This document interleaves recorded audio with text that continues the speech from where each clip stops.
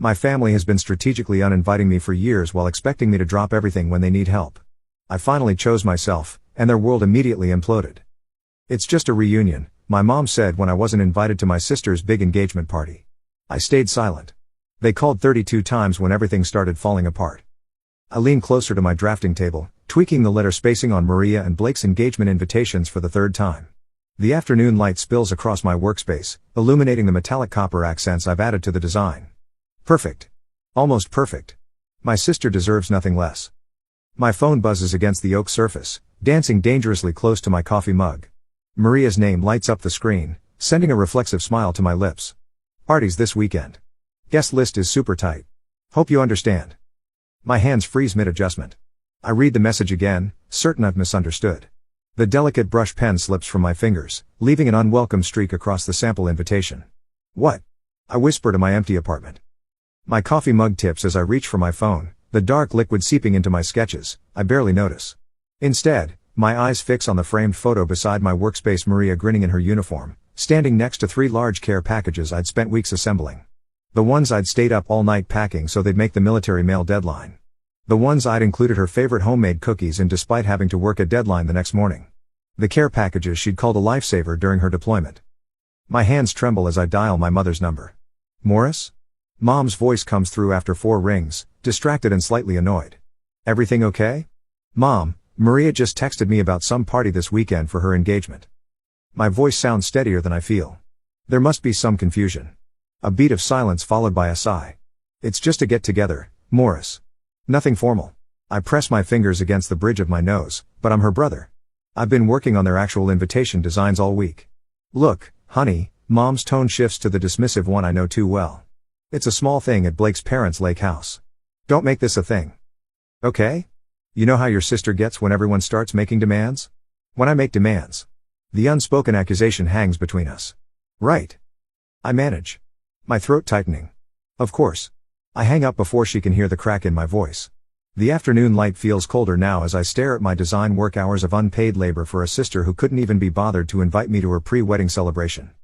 My mind flashes to 6 months ago, the 3 a.m. call from Maria in Germany, desperate because her bank card had been compromised. I remember transferring her $2,000 from my carefully managed savings without hesitation, emergency money she still hasn't repaid. I think about the 3 nights I spent designing their engagement announcement when Blake decided he just wasn't feeling the professional one they'd paid for.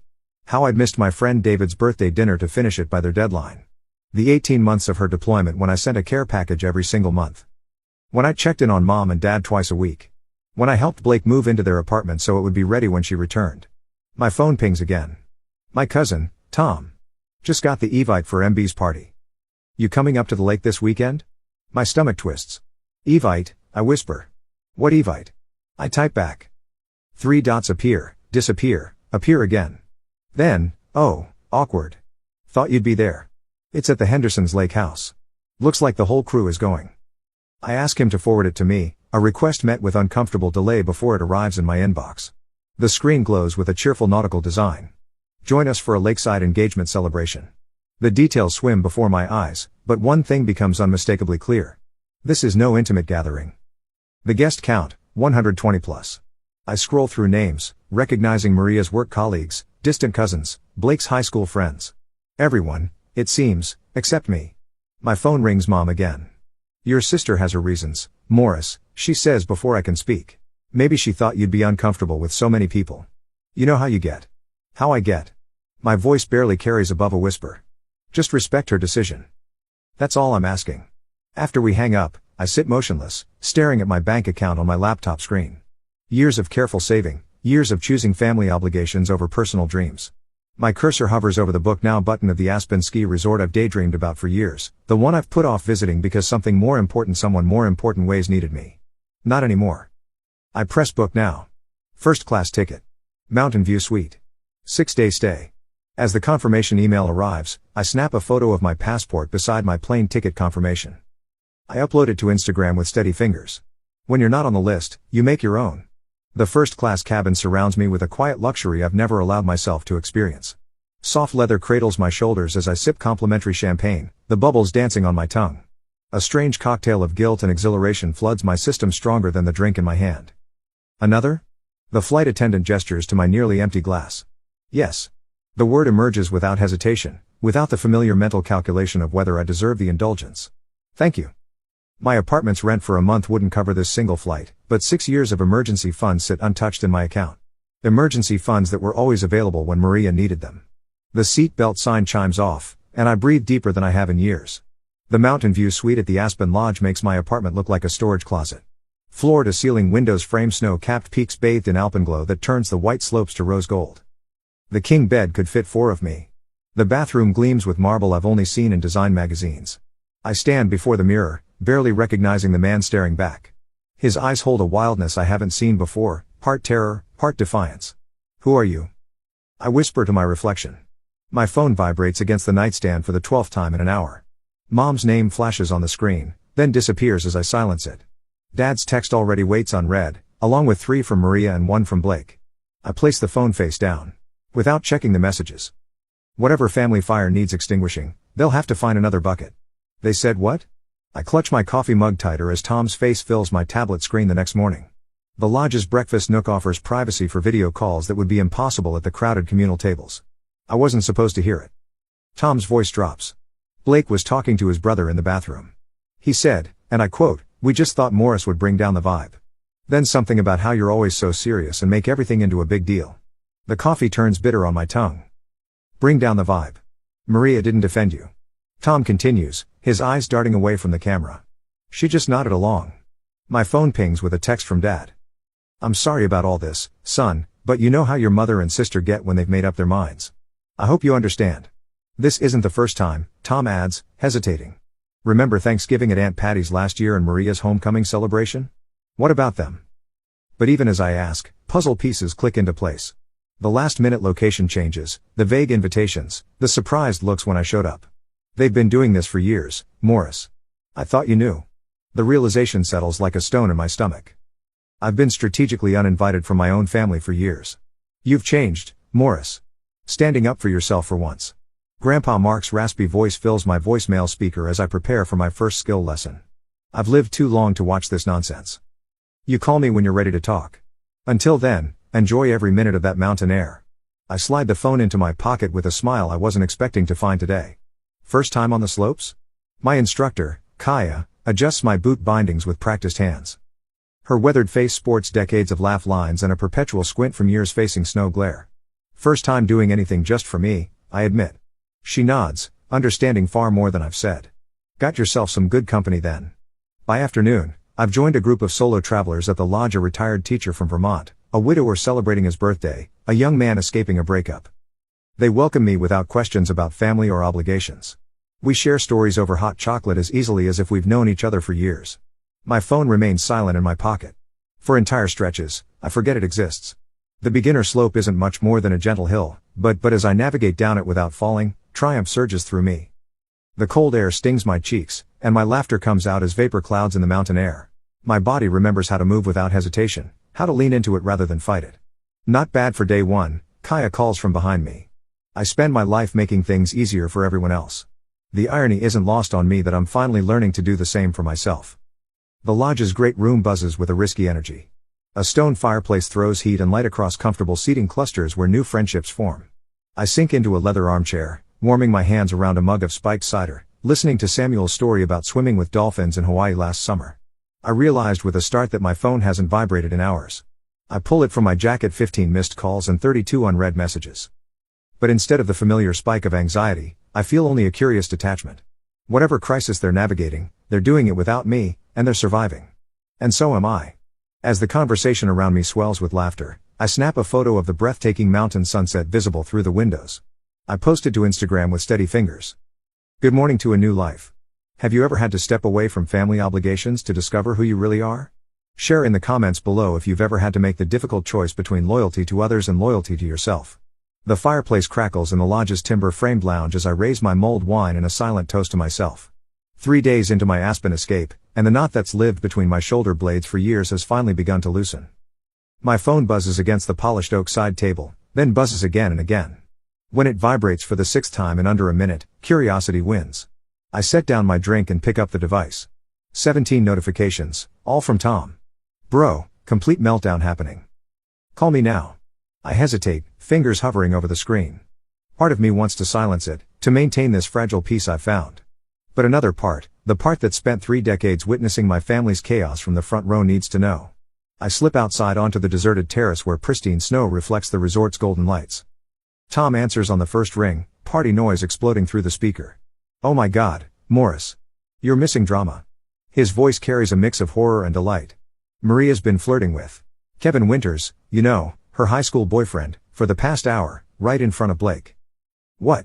The word forms a visible cloud in the mountain air. It started with reminiscing, then on to the arm, touching, and now they're huddled by the bar laughing like they're the only 2 people here. I press my fingers against my temple. And Blake just threw his champagne in her face, the entire glass, then stormed out screaming that the engagement is off. Despite everything, my stomach tightens. Old habits surface, my mind already calculating how to fix this, what words might smooth things over, how to salvage the party. Then I remember I wasn't important enough to be invited.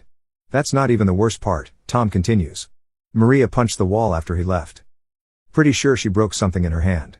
Your mom's losing. Emma Maria got into a shouting match in front of everyone. The bartender cut them both off, and the manager threatened to shut down the whole thing. I can picture it perfectly, Maria red-faced and belligerent. Mom making everything worse with her damage control that only damages. Dad wringing his hands in the corner, pretending nothing is happening. Grandpa Mark is the real MVP though, Tom adds, lowering his voice. He walked right up to Maria, looked her dead in the eye, and said, I'm quoting exactly, "This is what happens when you cut out the only responsible adult in your life." The entire room went silent. A strange sensation bubbles up from my chest, something between a laugh and a sob.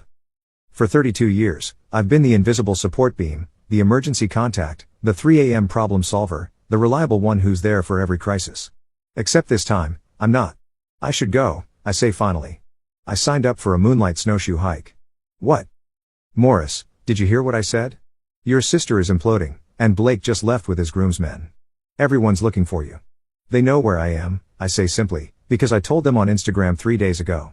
I end the call and silence my phone completely. 10 minutes later, I'm crunching through pristine powder with 6 strangers and a guide named Ethan. The forest around us is silent except for our breathing and the soft compression of snow beneath our snowshoes. First time? Asked the woman beside me, Catherine from Toronto, I recall from introductions. At everything, I admit. First time snowshoeing, first time in Aspen, first time choosing myself over family drama. She laughs, a genuine sound that echoes among the pines. That last one's the hardest. The physical exertion burns my calves as we climb, my breath coming in visible puffs. Each step takes deliberate effort: lift, place, press. No room for family anxiety when you're focused on not falling face first into a snowbank. Halfway up, Ethan pauses our group at a clearing.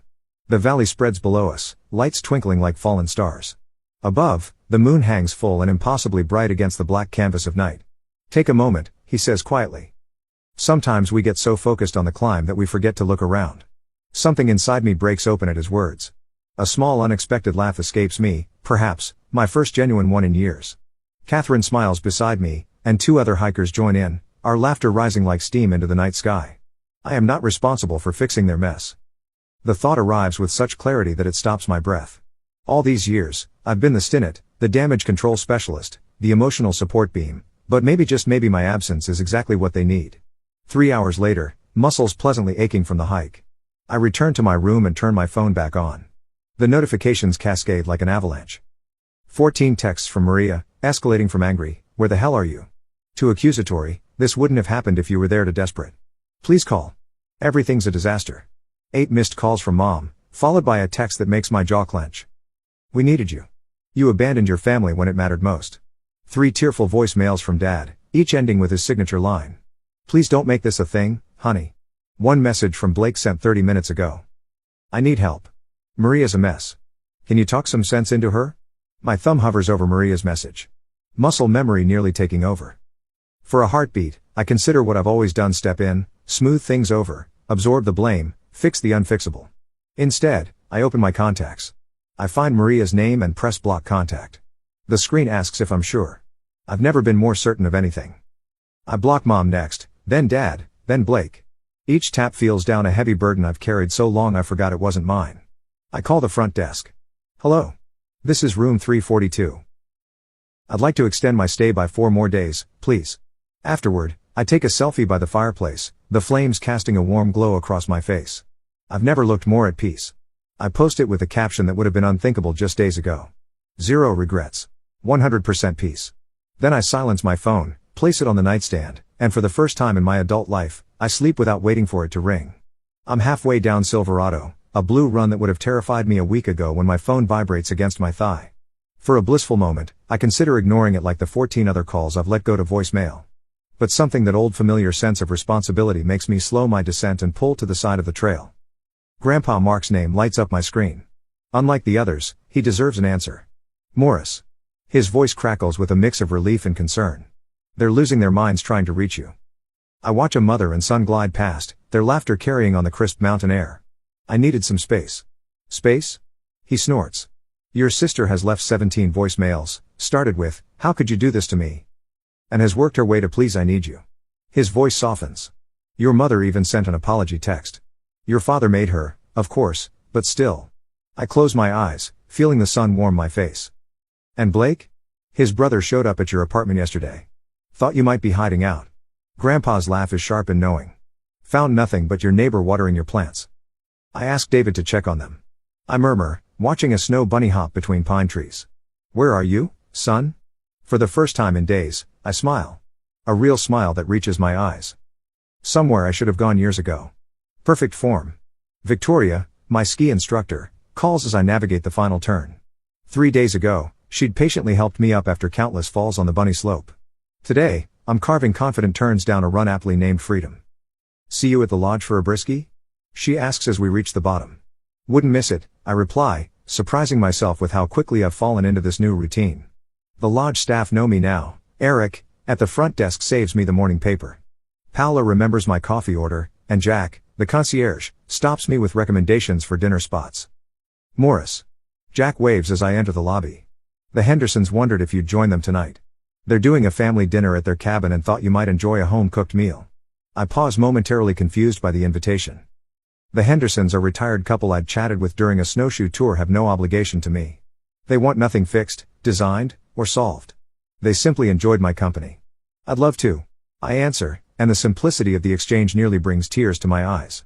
Later in my room, I open the leather-bound journal I purchased in the gift shop. I flip past days of entries, watching my handwriting transform from shaky and uncertain to bold and flowing. Day 1, arrived broken, wondering if I've made a terrible mistake. Day 5, skied my first blue run today, fell twice, got up twice. No one seemed disappointed in me. Day 7, I recognize my reflection again. I press my pen to a fresh page. Day 8, the man who arrived is not the man who will leave. Dr. Winters watches me from across his sunlit office in the resort's wellness center. You've made a deliberate choice to disengage, he says. It's not a question. I nod, turning my silenced phone over in my hands. 67 notifications. I haven't opened a single one. Tell me about your family, he suggests, the unfiltered version. And I do. The words pour out like spring run of 18 months of care packages during Maria's deployment, the money I'd transferred without hesitation, the invitations I designed without compensation, the birthdays I'd missed to meet their demands, the savings account I've depleted solving their emergencies. Going back to those patterns would be self-destruction, I conclude, surprised by my own certainty. Dr. Winters nods, and yet they're realizing what they've lost. Are they? I ask, not entirely convinced. People rarely change until the pain of staying the same exceeds the pain of changing, he replies. Your absence has tipped that balance. A new message from Tom appears as I settle by the stone fireplace with a book. Grandpa Mark's moved into your parents' guest room, says he's setting things straight. Mom nearly had an aneurysm. I smile, picturing my grandfather's take no prisoners approach. Another message follows quickly. Maria admitted to your mom that they've taken you for granted. Mom actually agreed. I nearly fell off my chair. Before I can respond, a video message arrives from Blake. I hesitate, then play. His face appears, eyes red and puffy. Morris, he begins, voice breaking. I've been awful to you. Not just about the party for months. Years, really. He wipes his eyes with the back of his hand. No careful grooming. No rehearsed speech. I don't know why you'd forgive me, but I hope you'll let me try to make it right. I set my phone down, emotions swirling. As I reach for my wine glass, the front desk calls. Mr. Taylor, there's a delivery for you. Downstairs, the clerk hands me a cream-colored envelope addressed in Maria's unmistakable handwriting. I trace my finger over my name, written with unusual care. Inside, a single page begins. I don't deserve forgiveness, but I need to try. I stand motionless in the grand lobby, snow falling softly beyond the windows, wondering how long the journey back to forgiveness should take, and whether immediate reconciliation would heal or harm us both. I fold my last sweater there, navy cashmere I treated myself to at the Lodge Boutique, and tuck it into my suitcase. 9 days ago, I threw clothes into the same bag with trembling hands and tear-blurred vision. Today, my movements are measured. Deliberate. The man who fled here barely resembles the one preparing to return. My phone buzzes. Mom again. Just checking what time we should pick you up tomorrow, her text reads. I type my response without hesitation. No need. I've arranged a rental car. 3 dots appear, disappear then. Seems unnecessary. We don't mind. I do, I reply. Then silence my notifications. Control begins with small decisions.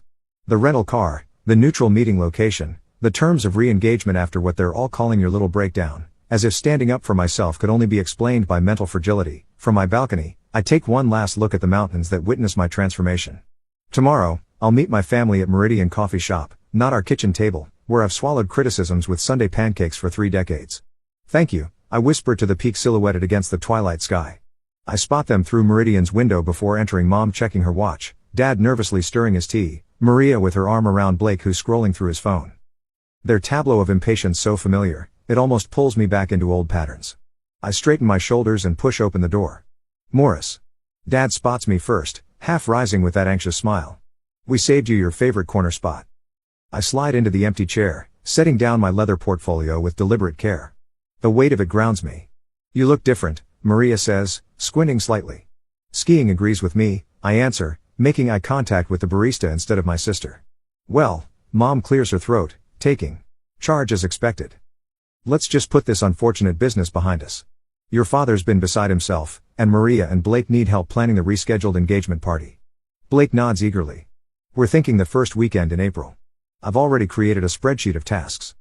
I've highlighted yours in yellow. My father reaches across the table, his fingers trembling slightly as they cover mine. Son, please. The family needs to stay together, especially with everything that's happened. I gently remove my hand from beneath his and open my portfolio. Before we move forward, we need to address what happened. Morris, Mom warns, dwelling on unpleasantness. I'm not dwelling, I interrupt, my voice quiet but firm. I'm establishing context. I withdraw a sheet of paper from my portfolio.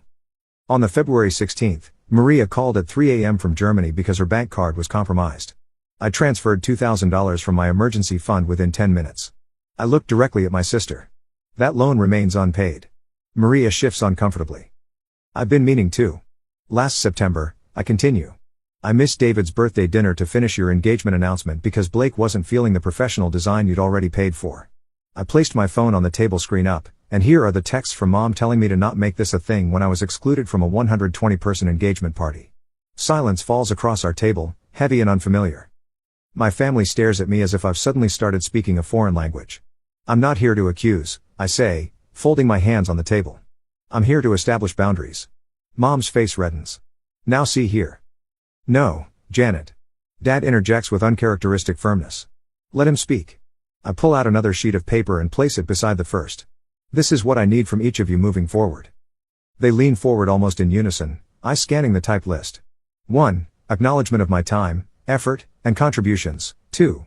Advance notice for family events, minimum 2 weeks. 3. Repayment of outstanding loans within 6 months. 4. No more free design work, family discount of 25% only. 5. Respect for my no without guilt trips or manipulation. If these boundaries are crossed, I continue. I will limit contact until the behavior changes. I've learned that love without respect isn't sustainable. And if we refuse this ultimatum, Mom's voice wavers between anger and disbelief, then you'll be making a choice about what kind of relationship you want with me. I straighten the papers with steady hands, and I'll respect your choice by making my own. Maria wipes an unexpected tear. Morris, I didn't realize I know, I say, softening slightly. That's part of the problem. These seem reasonable, Dad offers tentatively, glancing at Mom. Blake's perfectly groomed eyebrows arch high. So you're not helping with the wedding planning after everything that's happened? I'll help within these parameters, I answer. But there's something else. I've accepted a 6-month design contract in Colorado. I start next month. You're leaving? Mom's fist hits the table, rattling our cups. Just like that, I'm pursuing an opportunity, I correct her. Just like you always encouraged Maria to do. Mom opens her mouth, closes it, then slumps back in her chair. Maria leans forward, eyes rimmed red. I've been a terrible sister, haven't I? Before I can answer, the coffee shop door swings open, and Grandpa Mark makes his entrance, impeccably timed as always. Well, look at you, he says, his eyes appraising me with approval. About time someone stood up for themselves in this family. He pulls up a chair from the neighboring table and wedges it between Mom and me. Now, he says, placing his weathered hands flat on the table, let's talk about how this family moves forward with a little more equity and a lot more respect. I catch my reflection in the window, shoulders back, chin level, eyes clear. The mountains gave me this gift. A man who finally values himself enough to demand others do the same. Mountains frame my view as I adjust the blinds in my Colorado apartment. 6 months in this place, and the sight still steals my breath. The crisp February air seeps through an inch of open window, a luxury. I never allowed myself back home where I paid the heating bills my parents claimed they couldn't afford. I run my fingers along the row of postcards pinned to my cork wall: Aspen, Boulder, Santa Fe, Denver, places I've visited since claiming my independence, each one a milestone marking distance from the boy who'd cancel plans at the first hint of family need. My phone lights up with Dad's weekly video call. I take a deep breath before answering, remembering my therapist's advice. Boundaries aren't walls. They're doors you control. Morris?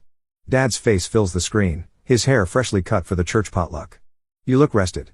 I am. No explanation. No apology. That's new too. Your mother asked about your project for that coffee company. He pauses, fumbling with his reading glasses. She saw their billboard off Highway 40. Said it had your signature style. 6 months ago, I'd have launched into an extended explanation, seeking validation. Today, I just smile. It was a good client. They've already commissioned 3 more designs. A notification slides across my screen, a text from Maria. Sample wedding invitations came today using your color scheme suggestion. Thanks, bro. No desperate plea for help. No last-minute crisis. Just acknowledgement. Progress. After we hang up, I open my laptop to an email from Tom with apartment listings in Denver. Consider me as a roommate, he's written. Colorado looks good on you. I sip my coffee and allow myself a moment of quiet pride. The family that once saw me only as a utility has begun the awkward, imperfect work of seeing me as a person. Grandpa Mark's weekly letter sits unopened on my counter, his elegant cursive visible through the envelope. His correspondence has been my anchor through this transition. Last week, he wrote, your mother actually asked me how to make your father's birthday special without putting the burden on you. First time in 40 years, that woman's asked for advice. I tucked the letter into my journal for later, savoring the anticipation. Today is for focus. My design business has tripled since moving here. Clients who value my boundaries lining up for my services. The invitation sits on my coffee table, Maria and Blake's revised wedding plans. A simple ceremony, 30 guests. My name on the envelope in Maria's handwriting, not Blake's father's secretary's. I haven't decided yet. My therapist nodded thoughtfully when I showed it to him. Attending doesn't mean returning to old patterns, he reminded me. Hotels exist for a reason. Later, I'll meet with Jason, a design student struggling with family expectations. He reminds me of myself, talented but hesitant to claim space. The scholarship I established at the local college connected us. You're helping me give myself permission, he told me last week. A familiar heaviness tries to settle on my shoulders as I remember next week's men's retreat where I'm speaking about boundaries. The old Morris would panic at being seen as an expert on something he'd only recently mastered, but that was before. Instead, I close my eyes and practice my evening gratitude ritual. Thankful for courage, for mountains, for the quiet satisfaction of a life that belongs to me. Through the window, the setting sun paints my walls, copper, the same metallic shade I was perfecting on Maria's original invitations the day everything changed. I rest my hand on the invitation. Tomorrow, I'll book a hotel room in my hometown and RSVP yes. Not because I'm needed, but because I choose to go. Sometimes the greatest act of love is learning to love yourself first.